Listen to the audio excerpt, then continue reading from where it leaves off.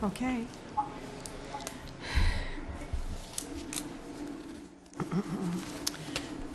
Good evening.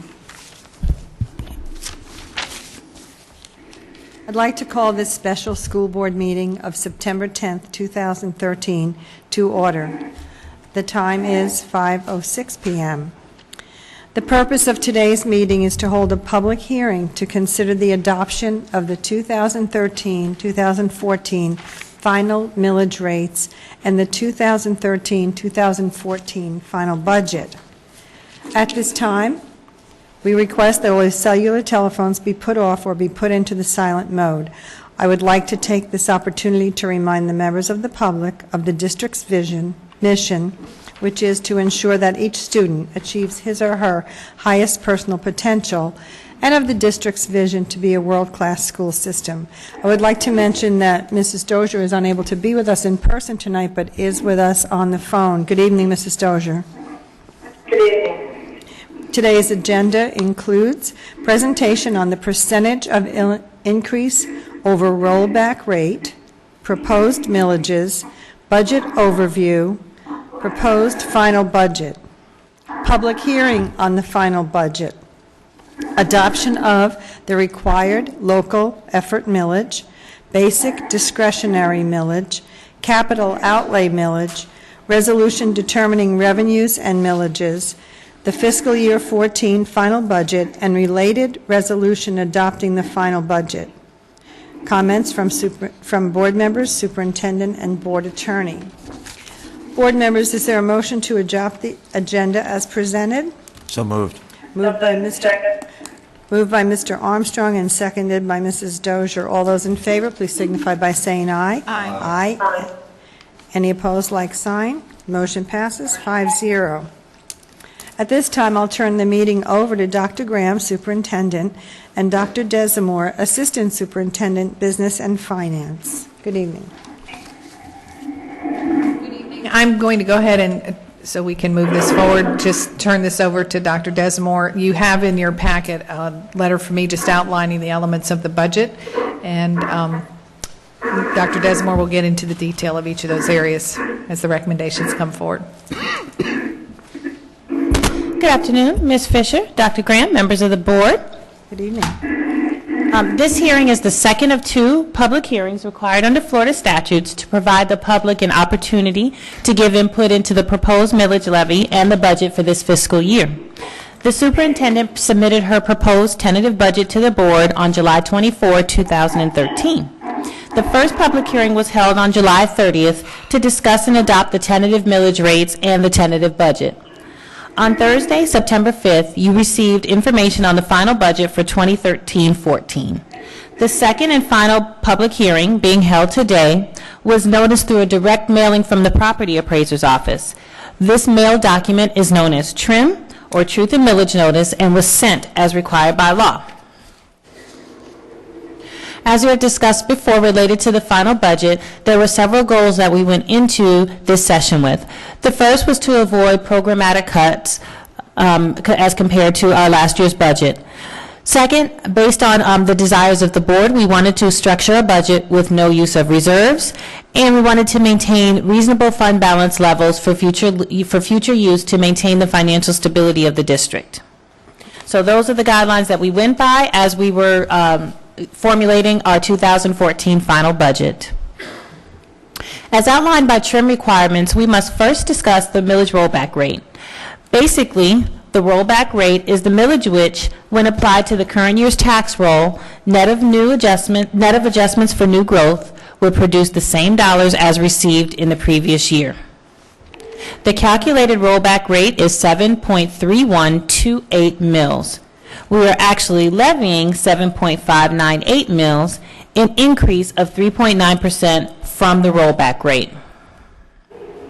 The proposed millage for the 2013-2014 school year is 7.598 mills, an increase of 0.014 mills from the 2012-2013 rate of 7.584 mills. The new millage rate will generate $20.8 million more than the previous year because of the increase in the tax roll and the increase in the tax rate. as you look at a comparison of what the millage has been over the past several years, you'll see that this particular year, 2014, we are looking at a slight increase, .014 mils, over what we had last year. However, as you see by this slide, the entire increase in the millage is basically due to the increase in the required local effort millage, which is the millage that is set by the state and must be levied by you in order to receive any other state dollars. All of the other millages, the discretionary millage and the capital millage, remain the same as they were last year. What are the caps on those two? The caps on discretionary mills the cap is .748, so we're levying the max, and then also capital mills is also 1.5, so we are levying the max. Thank you. As you look at the tax roll history, we do have an increase in the tax roll, 4%. That is good news since it's been declining since 2008. And so this is the first increase since then in 5 years. So that is a very good news, very positive indicator for the county and for our economy.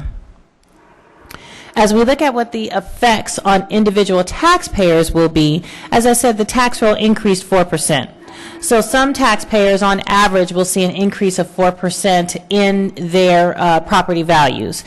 Other taxpayers may see an increase of 3% if they are subject to the Save Our Homes exemption. Of course, the individual increases or decreases that any property owner may see will vary across the board, but what we're giving here is some averages of what people may see. So you see, if a taxpayer increases 4%, which is what the tax roll increased on average, on a home that was valued at $100,000 last year would be valued at $104,000 this year, and that person would see an increase in their school district property taxes of $31.20. So on and so forth. For an individual who increased 3% in their property value on a home that was valued at $100,000 last year, their property tax increase as far as the school district is concerned would be $23.84. So that is an illustration that we'd like to show to kind of bring real world terms in terms of what these millage increases will look like.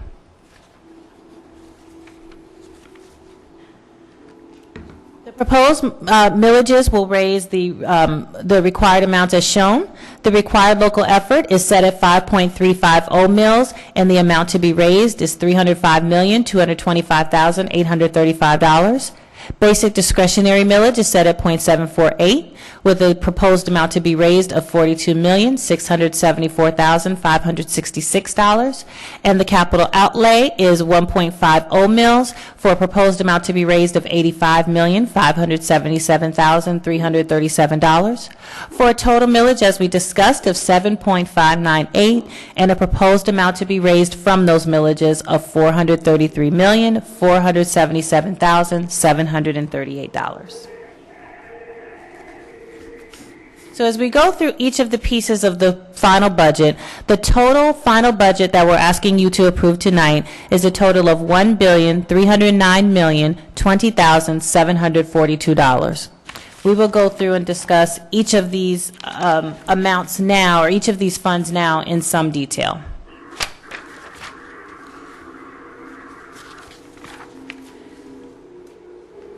And each of you should have received, with your budget information, should have received the final budget book, which looks like this. Yes. Each of you received a link and then the hard copy as well. I will be referring to some pages within the budget book as we go through the PowerPoint, just so you have a point of reference in terms of where some of this information is located within the book. And you can just go back and refer to those at any time, just a point of reference for you. So the final budget is outlined on page 64 of your budget book, and there it talks about how those $1.3 billion are broken down into the different funds that we have. Just as a reminder, each of the funds in the budget are earmarked for specific purposes. The general fund is outlined for our general operating expenses, and it basically is used for education of all students, and it's the general operating expenses of the district. Debt service is specifically designated for payment of debt of the school district. The capital funds are used to buy schools, build equipment, and provide maintenance services. The food service fund supports the breakfast and lunch program for all students across the district, and it is a self-sustaining fund. The special revenue funds are federal funds that must be used for the specific purpose that is outlined in the grant. And then the internal service funds accounts for the insurance costs of the district, both workers' comp and health insurance and property casualty. If we don't spend all the special revenue funds, are we obligated to return them? It really depends on the requirements of the grant. Many of our entitlement grants, such as the ones that we usually get every year, like a Title I, a Title II, IDEA, many of the entitlement grants will roll forward from year to year. We do have to ask for permission to roll them over, but 99% of the time that permission is given. If it's some kind of competitive grant, usually they will give you a period of time in which that money has to be spent, and if it's not, you need to send it back. And that's in general. So as we look at our general fund, and the general fund, there's some details related to the general fund outlined starting on page 76 of your budget book. The general fund is our major source of revenue for the district's daily operations, and right now that budget is set at $791.3 million, and that is 60% of our total budget. And it supports an estimated 86,550 students that we will have this year, and that's our forecast at this point. When you look at what comprises our general fund, most of that revenue is comprised from the FEFP, or the Florida Education Finance Program.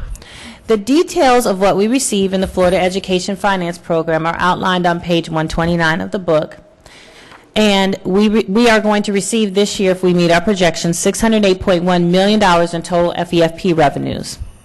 That's a 46.7% million increase from the prior year, or a 6% increase in per pupil funding. So it was a very positive legislative year as far as that was concerned. We're set to receive $6,510 per weighted FTE, given nothing changes, and the base student allocation is $3,752 and some change. That's an increase of a little over $169 per student in the base student allocation. So again, a very positive thing. There was a 4% increase in the tax roll, as I mentioned before, and basically, as you all know, the Florida Education Finance Program, part of that funding comes from our local property taxes, and part of that comes from state dollars.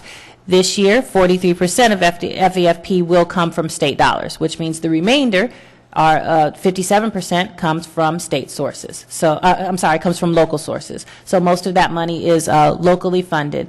But overall, a positive legislative cycle for us. However, we do want to point out that our per pupil funding still is not back to the point that it was in 2007. So though we're grateful for what the legislature has done as far as the funding is concerned, we know that there is still some work to do to make up some ground. That 43% is a function of the individual taxpayer assessment for the state level taxes. Is that correct? Okay, I'm sorry. Ask the question again. That 43% that are state funded, those dollars actually come from local taxpayers and the assessment they have for state school taxes? Well, no. The local funds, the other piece of that, the 57%, comes from what we receive within our local property taxes. So all the pieces that come from required local effort and the additional discretionary, that's the other piece, the 57%. The other piece of that, this 43%, actually comes from state dollars, which the state is putting forward to fund education. So all of our sales tax dollars and every other thing that the state gets, that's that money. I thought there were two items on the trim notice.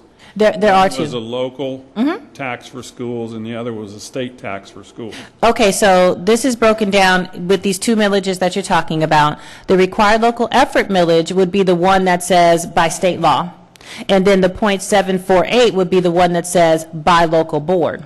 The reason why they delineate those two is because the required local effort, or the one they delineate by state law, that's the rate that the state sets. So they call it by state law because the state sets the rate, but all those funds are still generated locally. I was trying to find out whether we became a donor to the balance of the state through one of those levies. Well, actually through both of the levies, because what happens is the state will determine the maximum amount that any district can receive through the FEFP, whether it be by state or local sources. So we get the formula drives a maximum amount you get. And then depending on how much dollars you can drive at the local level, the remainder comes from the state. So for those districts that don't have as much property value as Lee County might have, they don't generate as much dollars locally, so they get more dollars from the state source. So that's where the donor district part comes in. All of us are driven by the same formula. It's a matter of where those dollars come from. Thank you. I think, Amy, yes. when you're talking about those state dollars, however, aren't those state dollars the dollars that are actually coming out of Lee County for tax purposes that go to the state? Yes, that's correct. When Okay, I think that's what Mr. Scott, I believe, is talking about. Because we have a higher tax base, we send a larger percentage of dollars to the state. Therefore, those agricultural counties, I think if I'm reading and understanding what he's saying, there are a lot of agricultural counties that they don't have the tax base and they don't put in as much money to the state, sorry about that, as we do. And therefore, that's why we're considered a donor county, because some of our tax dollars that our community actually collects may be going to, for instance, I'm trying to think of a county very agricultural up the road, maybe over in Glades County. They might be getting a percentage of our dollars. I think that might be what Mr. Scott is talking about. Is that what you were talking about, Mr. Scott? Yes. Was, thank you. Pardon me? Yes. That was it, thank you. okay. A soft little voice you didn't hear. it was hard to hear. So as we go to our sources of operating revenues, as we just kind of banged up on a little bit, 57% of our dollars come from local sources, as we talked about. 43% from state, very little from federal. And this is just specifically of our general fund, which is why the federal piece is so very small. Of course, that piece becomes larger as you look at all funds, because all the dollars from federal funds basically come from federal sources.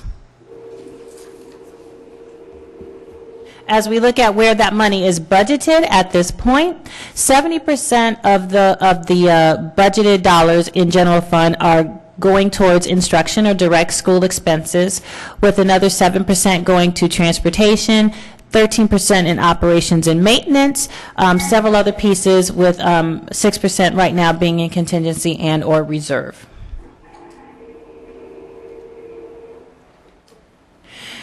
Moving on to some of our other funds, as we look at the food service fund, and the food service fund is highlighted on starting on page 96 of your budget book.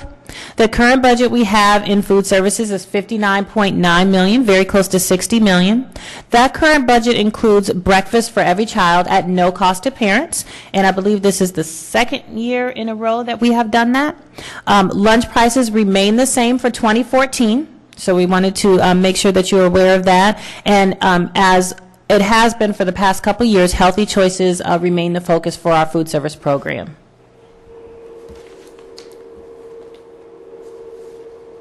The special revenue funds, highlighted beginning on page 95 of your budget book, include, amongst others, Title I, IDEA, and other federal grants.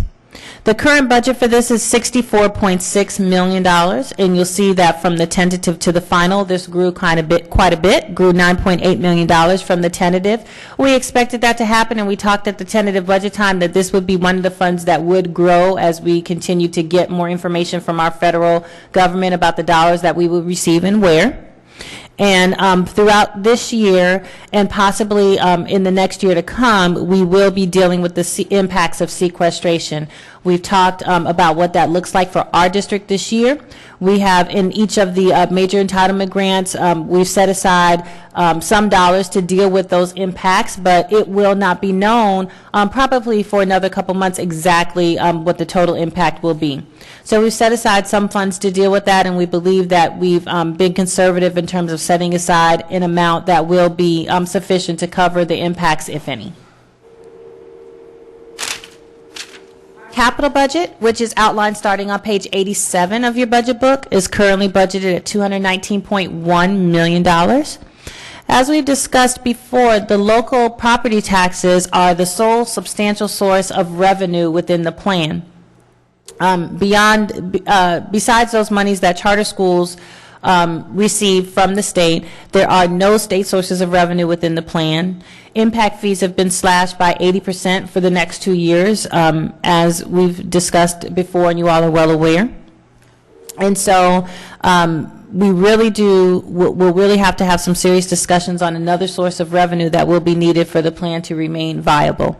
At this point, the 5-year plan that you all have seen is in the budget book as well, starting on page 90, I believe. The 5-year plan has no new schools built into it. We're finishing up construction on the Dunbar expansion and also on the Tice renovation. Besides those two, there are no new schools. So we'll have to discuss how we will plan for the seats that will be needed based on the growth that we know we're seeing within the district. And we continue to focus on maintenance, renovations, and technology within the capital plan.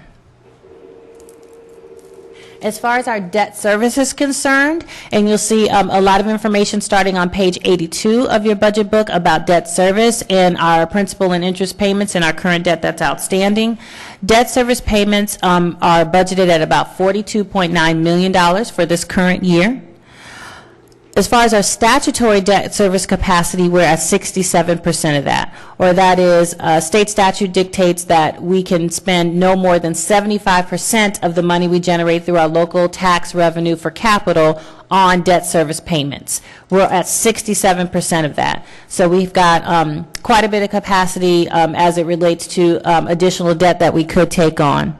However, our recommended debt service, and the recommended is 50% of our local property tax revenues, and you as a board have said you like to see that number, we're at 100% of that capacity. So currently, half of the money that we take in right now for our capital tax revenues are going towards payment of principal and debt, principal and interest, excuse me. So again, one of the conversations that we'll be having in the near future is the need for additional debt that we might take on based on growth, and we have to have some conversations about that in the future.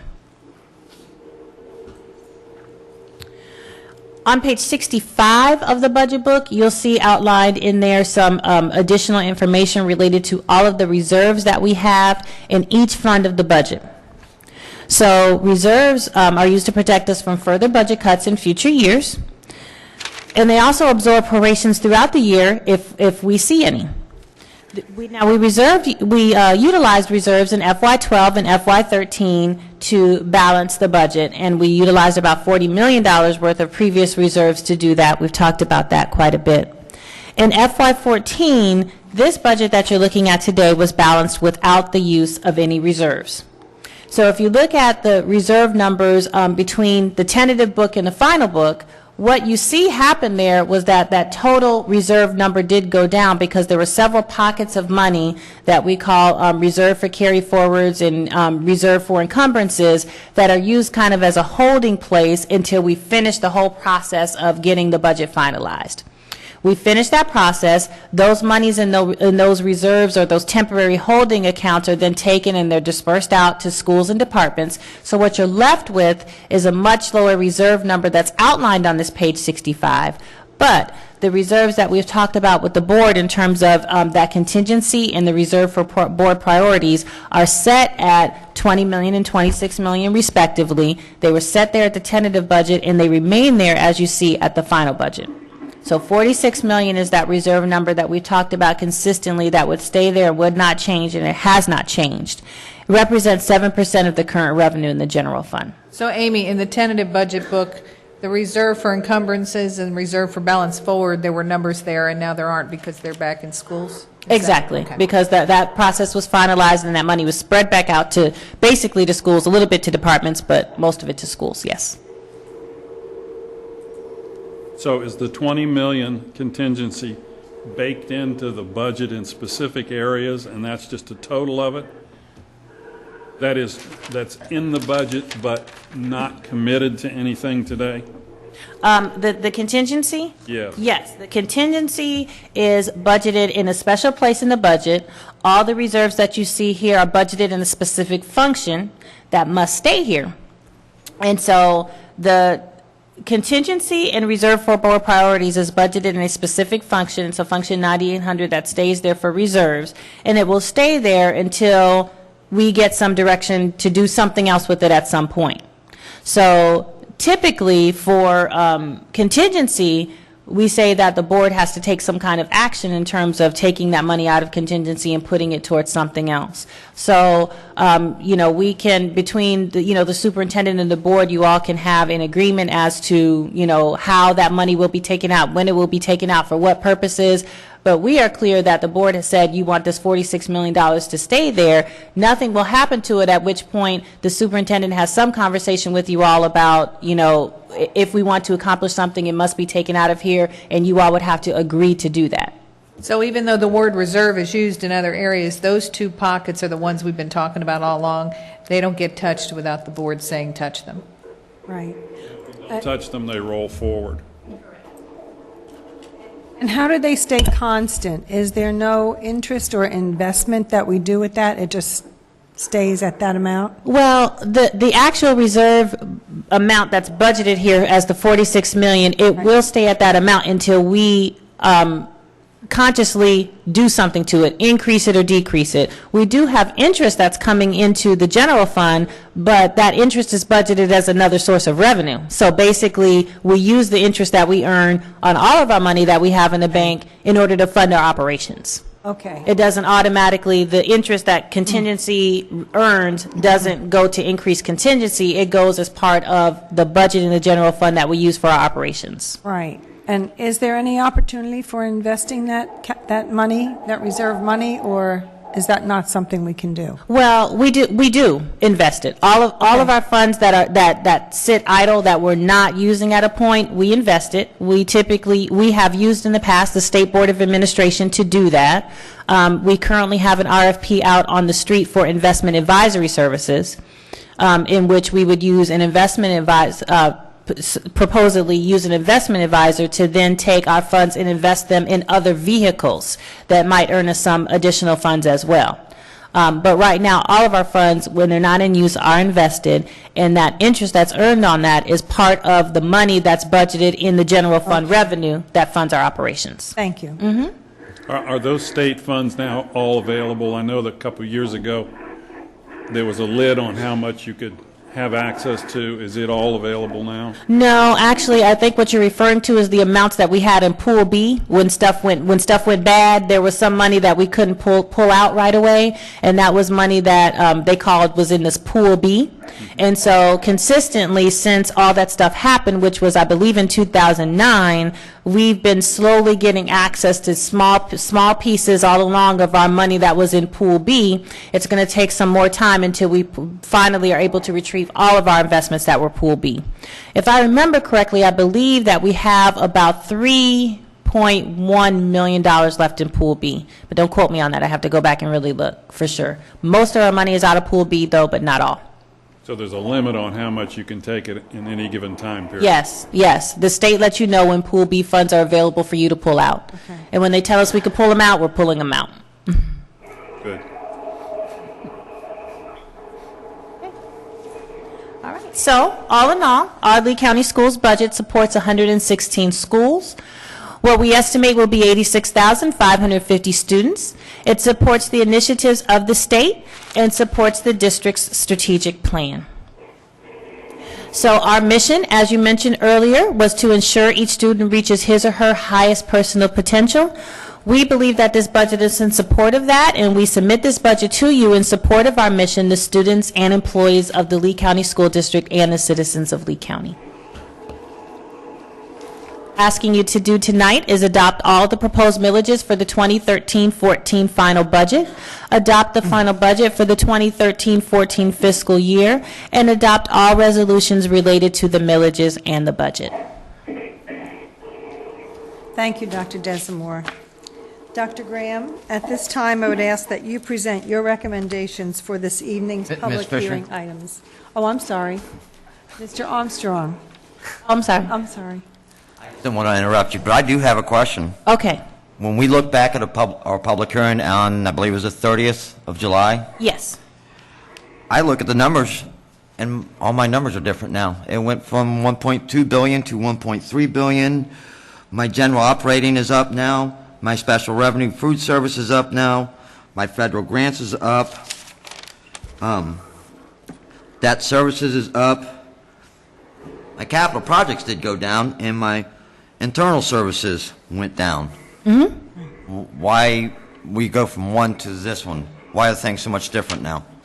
Well, the total budget goes from it. The budget will always change between the tentative and the final because the tentative is just that. Tentative. Correct. We have a lot of numbers built in at that point that are estimates of what we believe we will receive, and there are a lot of things that have to be finalized between the tentative and the final budget time. As I mentioned before, all of the money that we have held back in reserves in order to finalize our budget process, all that stuff gets put back out into schools. We receive more revenue from the feds in terms of our federal grants, and so that's why you see those numbers going up. And all of our fund balance numbers are finalized, meaning that the numbers from last year between the revenue that we took in and what we expended last year, those are fund balances that roll forward into this year that affect what your final budget number will be for this year. So all that information is going on because the books don't close. As you can see, you had the AFR briefing earlier this afternoon. Right. The books don't close until late August. And so in July, we're working on a set of assumptions and a set of estimations of what we know it to be then. At the final budget time, we have much more information, and we get to finalize those numbers at the final budget time. So you'll see the total budget number went from 1.29 billion at the tentative budget time to 1.3 billion now at the final budget. So that number inched up a little bit because federal grants went up. As I mentioned, we recognized $10 million more of revenue within our federal grants, and all those processes that we have to work towards to finalize and close the books from one year to another are now pretty much complete. So Yeah, those numbers will always almost everything change. went up except capital projects and internal services. Those both went down. Correct. I would like to request that Dr. Graham maybe have an explanation of why some of those stuff went up down the road. Okay. Down the road, do you mean you want? I don't need it tonight. Okay. Okay. So you just want to know what changed between the tentative and the Correct. final budget? Okay. Can we do that in memo form, or do you want to talk That's about it? fine. Memo's fine. Okay. Thank you, Mr. Fisher. Armstrong, board members, any other comments? Mr. It Scott? may change based on the October head count too, correct? And that has a ripple effect all the way down through. That is correct. And where you will see those changes take place is in the monthly budget amendment to the board that we send every month. Any changes to the budget you'll see in that monthly budget amendment to the board. Thank you, Dr. Desamore. Board members, any further comments or questions? Well, the only reason that we have the meeting in July is because it is required by the state, and that is to present what is called the tentative budget. And that's exactly what it is, it's a tentative budget. We all know that those numbers are going to change, and the numbers are not going to be exactly the same because we have not closed out everything.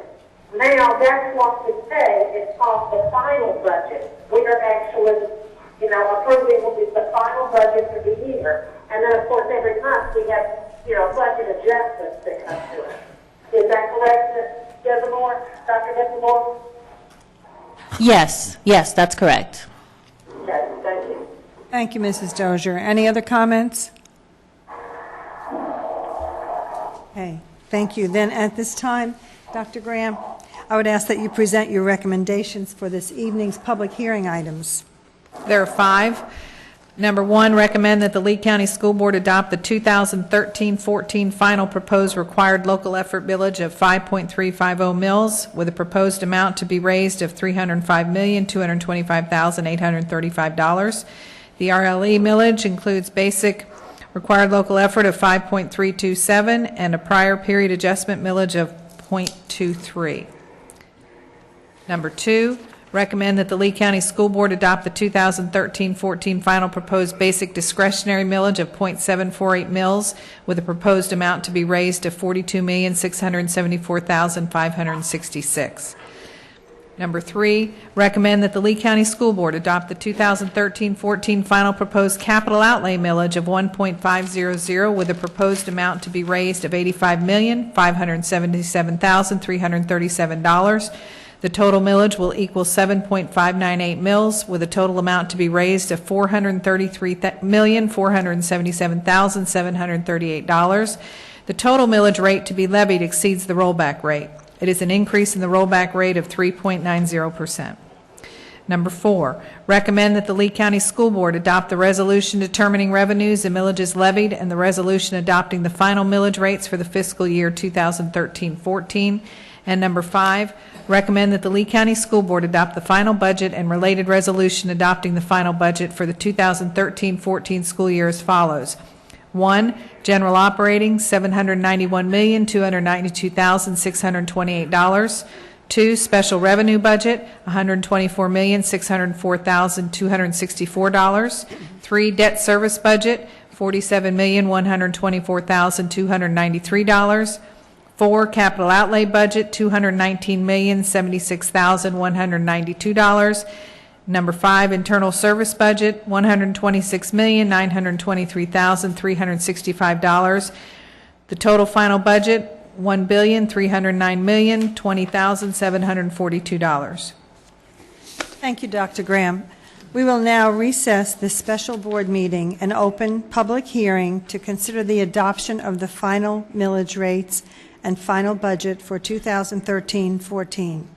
At this time, the public will be invited to speak on these matters. The time allowed for comment is 3 minutes per speaker. Is there anyone in the right section of the audience who would like to address the board? Anybody in the left section of the audience who would like to address the board? I will now close this public hearing and reconvene the special school board meeting of September 10th, 2013. The board will now consider each of the superintendent's recommendations. Dr. Graham, please restate your recommendations individually, allowing the board the opportunity to vote before moving on to the next one. Number 1, recommend that the Lee County School Board adopt the 2013-14 final proposed required local effort millage of 5.350 mils with a proposed amount to be raised of $305,225,835. The required local effort millage includes basic required local effort of 5.327 and a prior period adjustment millage of .023.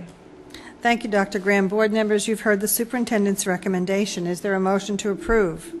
Moved by Mrs. Morgan and seconded by Mrs. Dozier. Any discussion, board members? Mr. Scott, are you raising your hand? No. Okay. All right, then all those in favor, please signify by saying aye. Aye. Motion carries 5-0. Recommendation number 2, Dr. Graham. Recommend that the Lee County School Board adopt the 2013-14 final proposed basic discretionary millage of .748 mils with a proposed amount to be raised of $42,674,566. Thank you, colleagues. You've heard the superintendent's recommendation. Is there a motion to approve? Moved. Moved by Mrs. Morgan, seconded by Mrs. Dozier. Any discussion? All those in favor, please signify by saying aye. Aye. Motion passes 5-0. Recommendation 3. Recommend that the Lee County School Board adopt the 2013-14 final proposed capital outlay millage of 1.500 with a proposed amount to be raised of $85,577,337. The total millage will equal 7.598 mils with a total amount to be raised of $433,477,738. The total millage rate to be levied exceeds the rollback rate. It is an increase in the rollback rate of 3.90%. Thank you, Dr. Graham. You've heard the superintendent's recommendation. Board members, is there a motion to approve? So moved. Moved by Mrs. Dozier, seconded by Mrs. Morgan. Any discussion? Mr. Scott. The capital piece is the one that bothers me long-term more than any other. We haven't been helped by the state legislature or the county commission when it comes to raising capital money, and it will be in the short-term future a major problem for us to face in some way or another. So I'll certainly vote for support of this, but I want to make my point very clear that we have got to have some help from somewhere, and if we don't get help from those places where we have traditionally got it, we're going to have to look for an alternative. And that's, the topic is scheduled for a workshop. I want to say that's in December, is the workshop we're going to schedule for that. Have And that very I do discussion. believe that this is an element that's in our legislative platform, not only for the district, but also for the consortium as well. Yes, it is. Thank you, Mr. Scott. Any other comments, board members? Okay, then, all in favor, please signify by saying aye. Aye. Aye. Motion passes 5-0. Moving on to recommendation number 4, Dr. Graham. Recommend that the Lee County School Board adopt the resolution determining revenues and millages levied and the resolution adopting the final millage rates for the fiscal year 2013-14. Thank you. Board members, you've heard the superintendent's recommendation. Is there a motion to approve? So moved.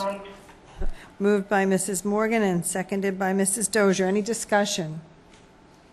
All those in favor, please signify by saying aye. Aye. Aye. Motion passes 5-0. Final recommendation number 5, Dr. Graham. Recommend that the Lee County School Board adopt the final budget and related resolution adopting the final budget for the 2013-14 school year as follows. Number 1, general operating, $791,292,628. Number 2, special revenue budget, $124,604,264.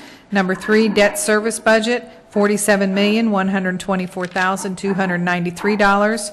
Number 4, capital outlay budget, $219,076,192.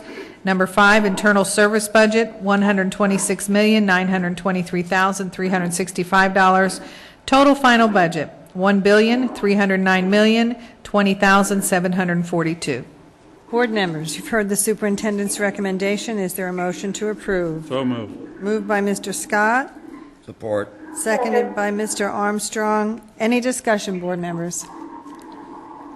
All those in favor, please signify by saying aye. Aye. Aye. Motion passes 5-0. Thank you very much.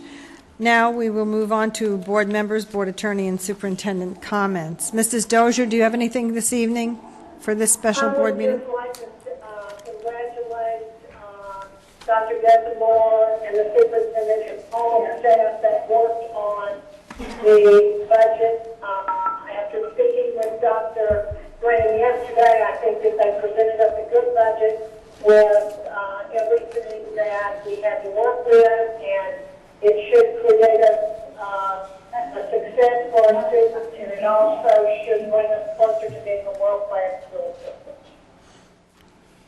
Thank you very much, Mrs. Dozier. Anything else? No, that's it. Thank you. Morgan? Yes, I also would like to compliment Dr. Desamore and Dr. Graham on reaching this budget meeting the board's goals in a very short time frame. And I also want to echo Mr. Scott's concern about the capital budget, and I will again say that I think that we need to give directives to both the Construction Advisory Committee and the Finance Advisory Committee that this should be their only goal this year, to consider the state of the capital budget, the long-term needs of the district, make recommendations to the board, and be prepared to support those recommendations should we have to go to the public for additional support. Thank you very much, Mrs. Morgan. Mr. Armstrong? I just want to thank Dr. Desamore, her staff, for all the hard work you've guys done, short period of time and throughout the year, and in keeping the board informed of what's going on. I know you had a difficult task ahead of you to do the zero-based budgeting, and even though a lot of people didn't think you could do it, you pulled it off, and I want to say thank you. Thank you, Mr. Armstrong. Mr. Scott? I will echo what's been said about the appreciation for how you prepared it and the way it was done, and for involving everybody in the organization in understanding what we were talking about to bring us a budget that did not touch reserves. They're a sacred item as far as I'm concerned, and we need them when we need them. We don't need to be spending them to operate the business on a regular, ongoing process. So thank you to you and your staff for the work that you've done, and to everybody in the organization as well. Thank you. And my thanks also, and also for keeping us educated and informed along the way so that it's not a surprise at the end that we have this very adequate budget, which, as Mrs. Dozier said, will help us to become a world-class school system. Thank you. Thank you. Mr. Martin, any comments? No, thank you. And Dr. Graham? Two quick things. Thank you, obviously, to Dr. Desmore and her staff. They have tutored me along the way very quickly and have worked really, really hard to make this budget work. I find it amazing that we have $1,309,020,742 budget and we still need more. But that's the reality of the business that we're in. So I have heard you loud and clear, and Dr. Desmore has echoed what you all are saying at the table about the capital budget over and over again to me several times. So we know that that's an issue, and we also believe the advisories could help us in that direction as well. The second thing, I just want to tell you, this budget book is one of those, a lot of work is put into it and nobody really reads it except you all, but I would encourage you to carry it around with you after you put it under your pillow and get it all in by osmosis. But it's a great resource for when you're going out to speak to organization. There's a lot of budget information as well as non-budget information about students and achievement and how we set up as an organization. It's a really, really good resource for you as you're sharing information with the public, so I encourage you to use it as you will. And I know Amy would be very excited to know that someone actually looked at it. So, and I know Mr. Scott did, because he asked me some really hard questions yesterday. So, and thank you for supporting the budget as proposed. Thank you, Dr. Graham. At this point, having no other business to come before this body, this special meeting is adjourned at 5:52 p.m., and we will convene for the action meeting at 6 p.m. Thank you all.